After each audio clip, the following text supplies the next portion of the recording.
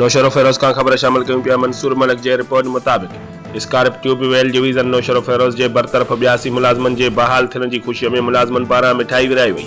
जशन rally Naushahro Feroz bypass खां थींदे स्कार्प ऑफिस पहुती, जिते रैलीअ खे ख़िताब कंदे all Sindh irrigation trade unions federation जे मरकज़ी जनरल सेक्रेटरी इक़बाल अहमद लाड़िक ख़िताब कंदे चयो त नेब तरफ़ां गैर क़ानूनी ॼाणाए 82 मुलाज़िमनि जी बहालीअ लाइ वॾी जिदोजहद कई, जंहिंमें मज़दूर पोरियतुनि जूं दुआऊं बि शामिल हुयूं। जेका असांजी जिदोजहद रंग लातो, असां 82 मुलाज़िम न पर 82 ख़ानदान बचाइण में कामयाब थी वियासीं।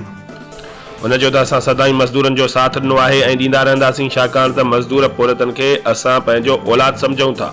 हर ॾुखे वक़्त में असां मुलाज़िमनि सां गॾु हूंदासीं। उन मौक़े ते यूनियन अॻवान सागर यूसुफ मंगी, ख़ादिम हुसैन मरी, मलक तारिक, अली नवाज़ सोलंगी ऐं ॿियनि पिणु ख़िताब कयो।